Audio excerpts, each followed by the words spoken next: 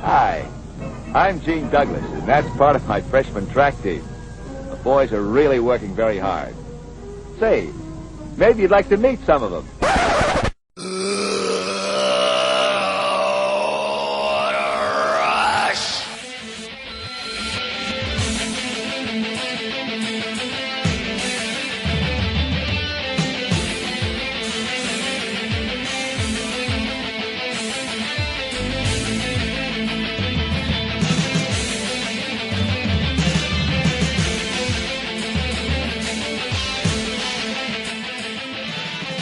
Hello and welcome to another exciting episode of the OnLiveFans cast. I'm Chris, player tag the Dracula, and with me I have Ryan. Yep, I'm Ryan, or you would know me more as Nico Power. And I also have Eddie. How's it going? Going pretty well. My player tag's OnLiveFans, and you know me as admin on OnLiveFans. Admin. Awesome. And hopefully a little bit later we'll have Sean. I think he's having some technical difficulties right now, but hopefully he'll pop in later on. Usually the three core people on the podcast are myself, Ryan, and Sean, but we have a special guest, Eddie, as you know, as the one of the founders of OnLiveFans. So, Eddie, hey, I wanted to talk to you and ask you a little bit about how you came about founding OnLiveFans and why you chose to do so. So, can you kind of run us through the origins of the website? Sure. I'm glad you think I'm special. Actually, it's been such a long time, I don't remember all the details of how I decided to make OnLiveFans, but I do remember reading about OnLive. I think it was TechCrunch or one of those sites. Mm-hmm. And it was actually my brother, Brian. He showed me the article about it, and I just thought it seemed like such an interesting idea, although I didn't think it would ever work. I thought it was one of those things, But, none of us thought it would work. I think it was March of 2009. Yep. Which is, over 2 years wow, now. Wow, that's crazy. Yeah, it was the 15th, I think, is when you opened it up. When did beta start? Beta started June. Yeah, so March of 2009, I tried registering on Live Forum. I couldn't do that, so I had to settle for OnLiveFans.com. And I think it was within like a couple of days I had the forum up and running. Nice. Yeah, that's right. Yeah, you opened it up on the 24th of March, 2009. Sounds about right. So, go ahead. And then it just seemed like I'd post a few comments on articles about OnLive and put that in my signature on other sites like TechCrunch and stuff. And within a couple of days, we had at least like 25 to 50 members of the site. Wow. Yeah, you had a good amount of members. When I showed up oddly enough on April Fool's Day, and you already had like some good, like, I think like 80 people ahead of me within like 6-7 days. Yeah, it grew fast, and then I got some administrators like you. Yeah. And took off. Now, what was it about OnLive that, that hit with you? What was it about, the service that made you think, hey, I want to start a website about this and get this going? Well, it was right about a time when you heard about all kinds of cloud stuff, like mm-hmm. cloud this, cloud that, and you have to realize it's just a matter of time before video games or cloud video games. And you read about stuff like this all the time. There's companies that come out with these great ideas and everything. But I read that Perlman was the founder of it. Right. And I remembered he was in charge. He founded WebTV, which later sold to Microsoft, mm-hmm. and it became MSN TV, I believe. And actually, I believe Xbox was formed by some of the employees that worked for WebTV. I'm not sure about that, but I remember reading that somewhere. And I just remember he had a lot of success with WebTV. And somebody that had that much success doesn't go and start a company unless he really thinks it's also going to succeed. Right. Yeah, how much money you're going to have to put into it. I mean, that's quite the commitment. Yeah. Okay, awesome. So, now that you kind of started the site at the very beginning, I mean, obviously it's grown quite a bit, and it has thousands of members right now. So, I guess what I want to know is, like, where do you want to take the site, in the future? What are you hoping OnLiveFans becomes?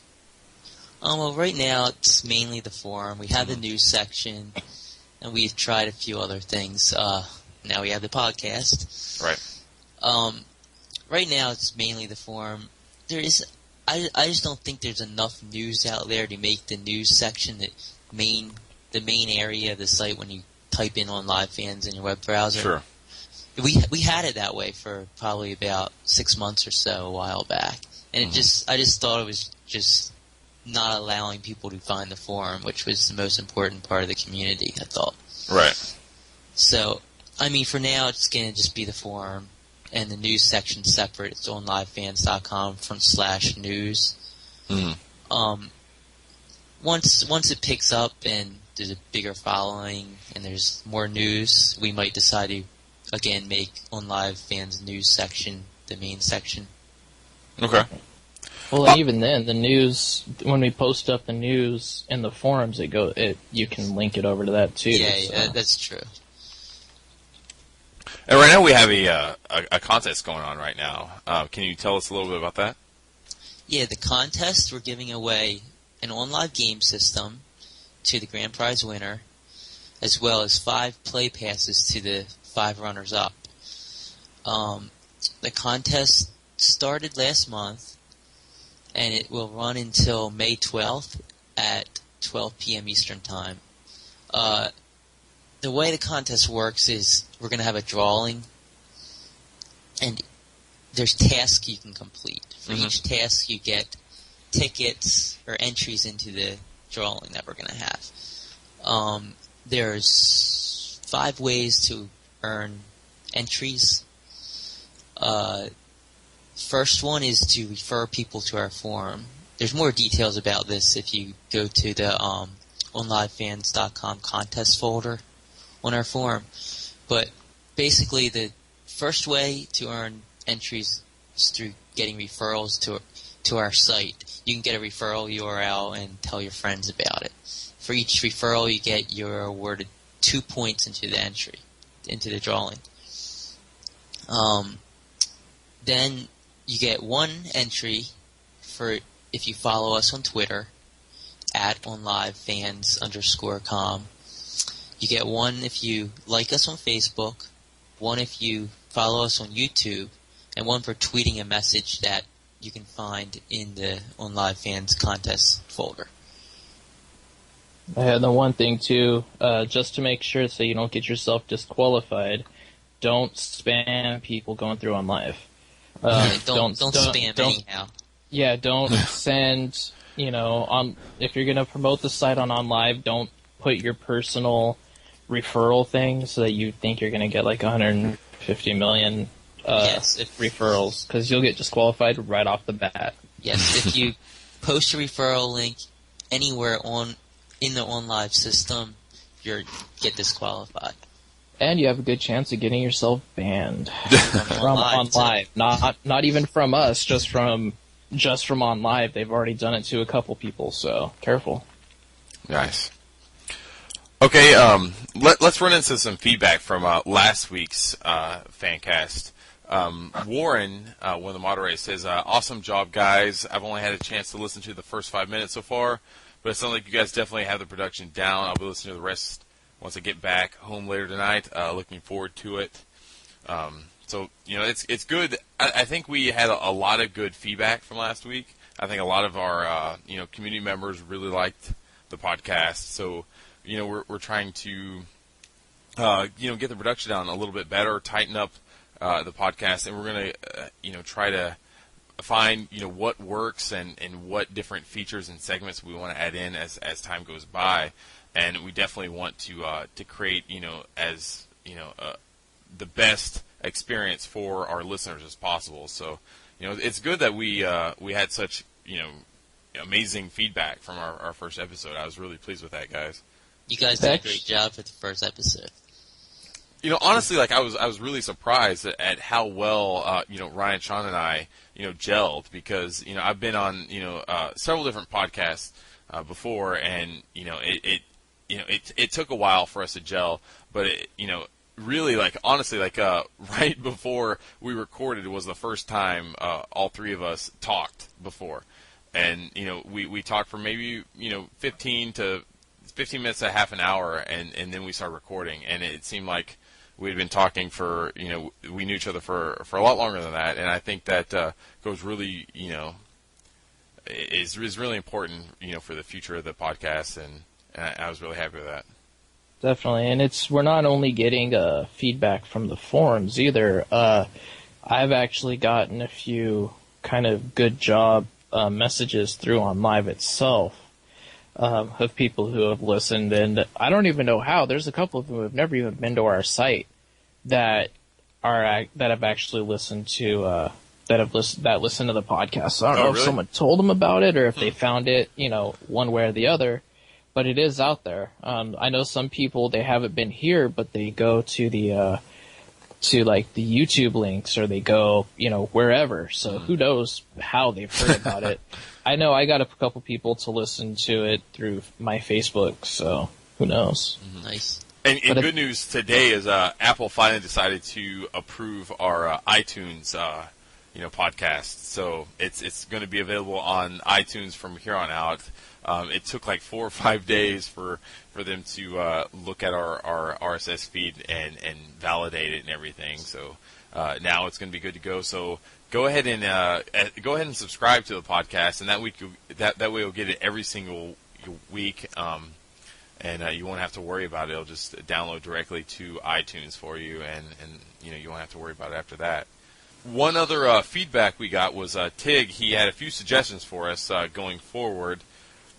One of them was he said you guys need a female co-host, and I'll just run through these real quick. Make the podcast under an hour, have sound effects, and then also have a featured OnLiveFans.com user of the week on the podcast. I think we actually talked about this earlier in the week, and Ryan, I think you actually messaged him or replied to him on the forum about the female co-host, and said something to the effect of, I don't think we've seen very many females actually on OnLive. I'm sure there's some out there. I think I've seen a female once, and I spectated her playing Fishdom too. So it's get her on the show. Yeah. Do you know anything about OnLive besides Fishdom? No? Well, we have a job for you. That could have been stalking, though, too. Yeah, I thought I was asking out on a date or something.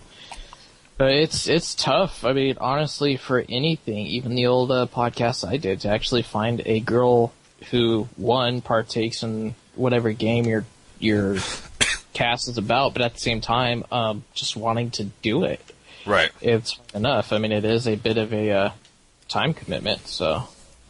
Yeah, and honestly, like I don't think we should really place that much importance on, whether any sex is on the podcast. I think we should just focus on, really getting into talking about OnLive, and if we can find a really committed female out there who knows her stuff, then that'd be great. But at this point in time, I don't see necessarily a need to have a female on the podcast just to say that there's a female on the podcast. You know what I mean? Oh, I mean, we would the closest to a female we have on our